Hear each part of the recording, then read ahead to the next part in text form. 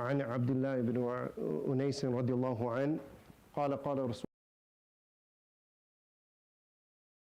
على العباد يوم القيامة عراة غرلا بهما قلنا يا رسول الله وما بهما قال ليس معهم شيء فيناديهم بصوت يسمعه من بعد كما يسمعه من قرب أنا الملك أنا الديان لا ينبغي لأحد من أهل الجنة أن يدخل الجنة وله عند أحد من أهل النار حق حتى أقصه منه ولا ينبغي لأحد من أهل النار أن يدخل النار وله عند أحد من أهل الجنة حق حتى أقصه منه حتى اللطمة. This hadith of the Prophet Muhammad ﷺ, which is narrated in the Musnad of Imam Ahmad, in the Mustadrak of Al-Hakim, and in the Mu'jam of Al-Tabarani, is, first of all, it's an interesting hadith because in the larger narration it actually mentions that the companion Jabir ibn Abdullah radiallahu anhu, he heard that somebody was narrating a hadith of the Prophet Muhammad ﷺ that he had not heard from the Prophet Muhammad ﷺ directly. So he purchased a camel and traveled to Syria to go and listen directly from that companion.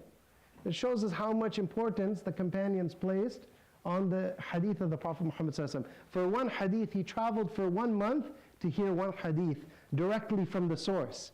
And now we have all these thousands of hadith at our fingertips. Do we place the same value on them? Now, he traveled to Syria, and there he met the companion Abdullah ibn Unais, radiallahu anhu. And he rushed out of his house, excited to see Jabir ibn Abdullah. Somebody told him, Jabir ibn Abdullah has come, the noble companion of the Prophet Muhammad ﷺ. He was so excited to see him. He said, what brings you to Asham?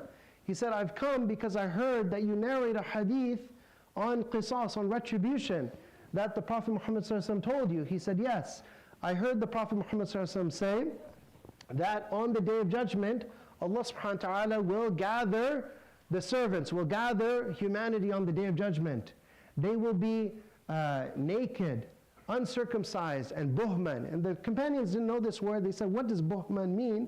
And the Prophet Muhammad ﷺ said that it means laysa ma'hum shay, that they have nothing with them, they have no possessions with them. They will be gathered on the Day of Judgment. All human beings gathered before Allah subhanahu wa ta'ala.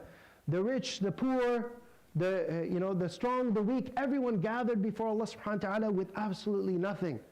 And Allah subhanahu wa ta'ala will then call out with a voice that will be heard by those who are near and those who are far. Allah subhanahu wa ta'ala will call out, Ana al-Malik, Ana al-Dayyan. I am the true king, I am the one true judge. All the illusions of worldly power and worldly sovereignty will vanish that day. Allah subhanahu wa ta'ala's true judgment and true sovereignty will be apparent to every single one of His creation. He will say, I am the true king, I am the true judge. And then Allah subhanahu wa ta'ala will say, it is not befitting that anyone from the people of Jannah should enter into Jannah and they've taken from the rights of the people of the fire until I extract retribution from them.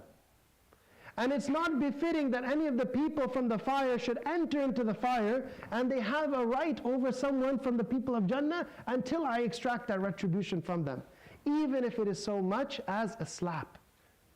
So even the slightest misdeed, perfect justice will be done on that day. Even if somebody from Jahannam, somebody who is an evildoer, has a claim over somebody who is destined from Jannah, if someone from Jannah did wrong to that person, Allah subhanahu wa ta'ala's perfect justice demands that retribution be done. And so this establishes for us the foundation of our ethics as believers, the perfect justice of Islam, the perfect justice that we are also asked to emulate in our lives with each and every person that we deal with. It is not permissible for a believer to swerve from justice. As Allah subhanahu wa ta'ala says in the Quran, even with those who are your enemies. وَلَا يَجْرِمَنَّكُمْ شَنَآنُ قَوْمٍ عَلَىٰ أَلَّا تَعْدِلُوا إِعْدِلُوا هُوَ أَقْرَبُ لِلتَّقْوَى وَاتَّقُوا اللَّهِ. Do not allow the animosity of others towards you to cause you to swerve from doing justice. Be just, that is closer to taqwa. Always be mindful of Allah subhanahu wa ta'ala. May Allah subhanahu wa ta'ala enable us to act upon this hadith and bring our hearts